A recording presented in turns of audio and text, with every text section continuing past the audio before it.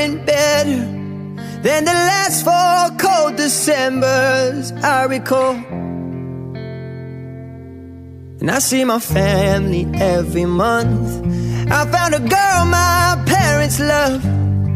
She'll come and stay the night, and I think I might have it all. And I thank God every day for the girl He sent my way. But I know the things He gives me, He can take away. And I hold you every night, and that's a feeling I wanna get used to. But there's no man as terrified as the man who stands to lose you. Oh, I hope I don't lose you. Please stay. I want you, I need you, oh God. Don't take these beautiful things that I've got. Please stay. I want you, I need you, oh God. Don't take these beautiful things that I've got.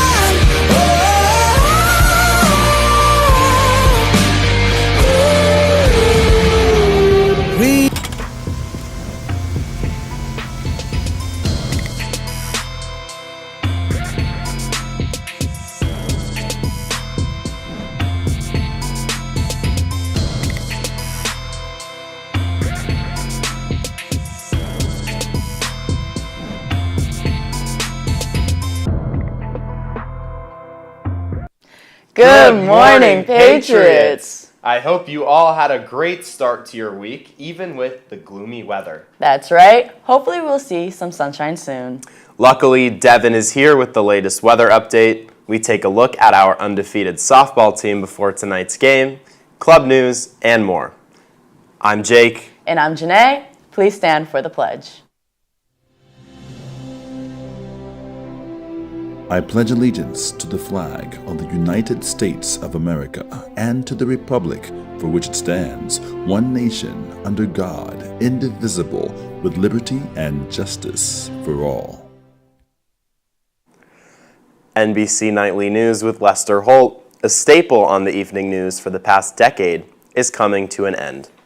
NBC News announced yesterday that Holt is set to step down from his role as Nightly News this summer. When he was named main anchor in 2015, he was the first African-American solo anchor of a weekday network nightly newscast, earning the deepest respect throughout the industry. While Holt will no longer be the leading face of the network, he will still be hosting Dateline. As Lester would say, take care of yourselves and each other. Pope Francis, who had been hospitalized since February 14th, is finally showing some slight improvement and resuming some work. The 88-year-old Pope was diagnosed with pneumonia in both lungs, leaving many worried for the future of the Catholic Church and searching for a potential successor. Given his age and pre-existing lung disease, his condition is very fragile. However, the Vatican's bulletin was the most active it has been since the Pope's hospitalization, showing he contacted a missionary at a church in Gaza City. Despite his good spirits, the mood is still grim as sepsis looms.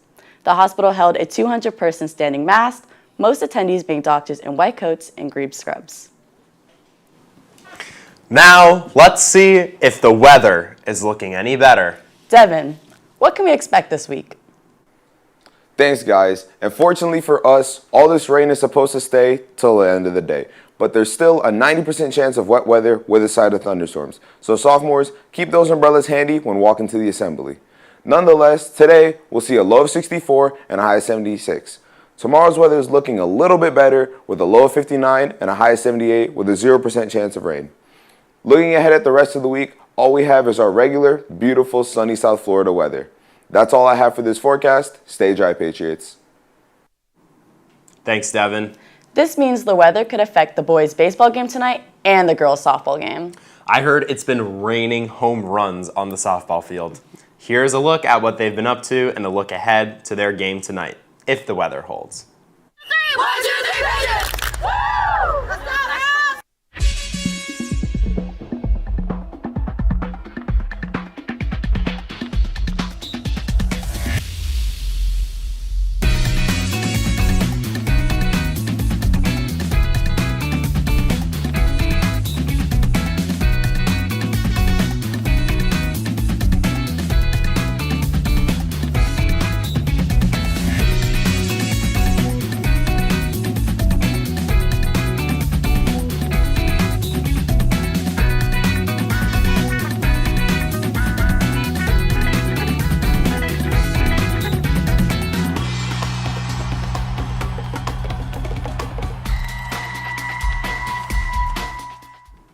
Great job, ladies. It's always exciting to see our teams in action. And if you're looking for something off the field to get involved in, Toastmasters is meeting after school today in room 25301. This is a great chance to develop your public speaking skills in a fun environment. Tomorrow, BSU is having an open mic night from 4 to 5 at the Student Center. And then on Friday, there will be a Black Excellence panel in the Black Box Theater from 5 to 6:30. Definitely an event you won't want to miss.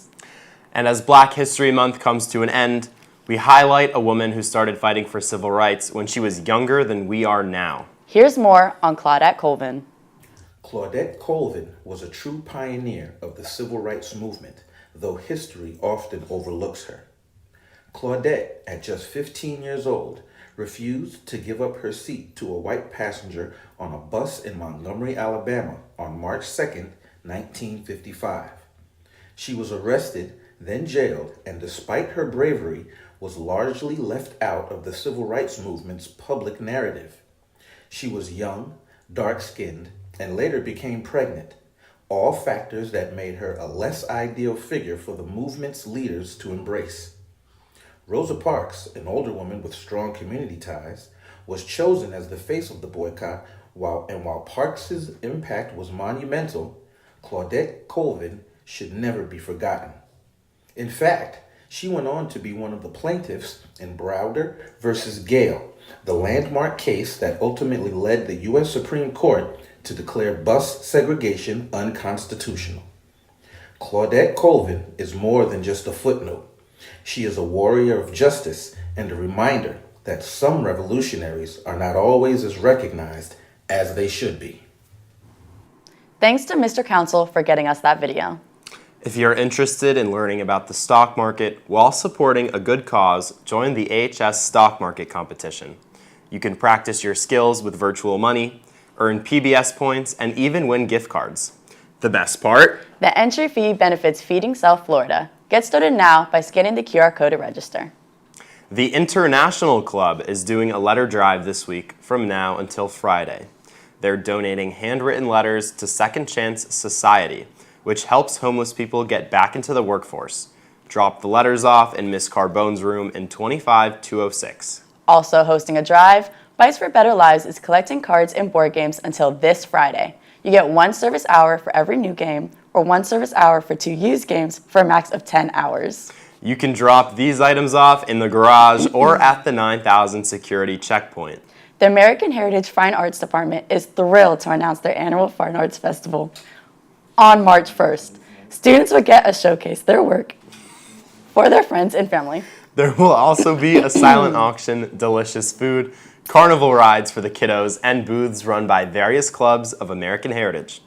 Be sure to show up and kick off springtime the right way. Speaking of creativity, applications for the National Art Honor Society are now open. Scan the QR code to read the application instructions. Be sure to follow the instructions carefully. Incomplete applications will not be processed. The due date is Monday, March 10th at 8 a.m. Are you also interested in photography and documenting history? Then maybe your book is for you. At night.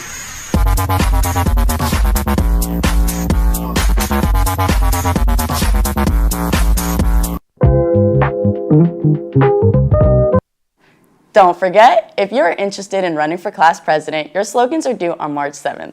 Good luck to all of the candidates.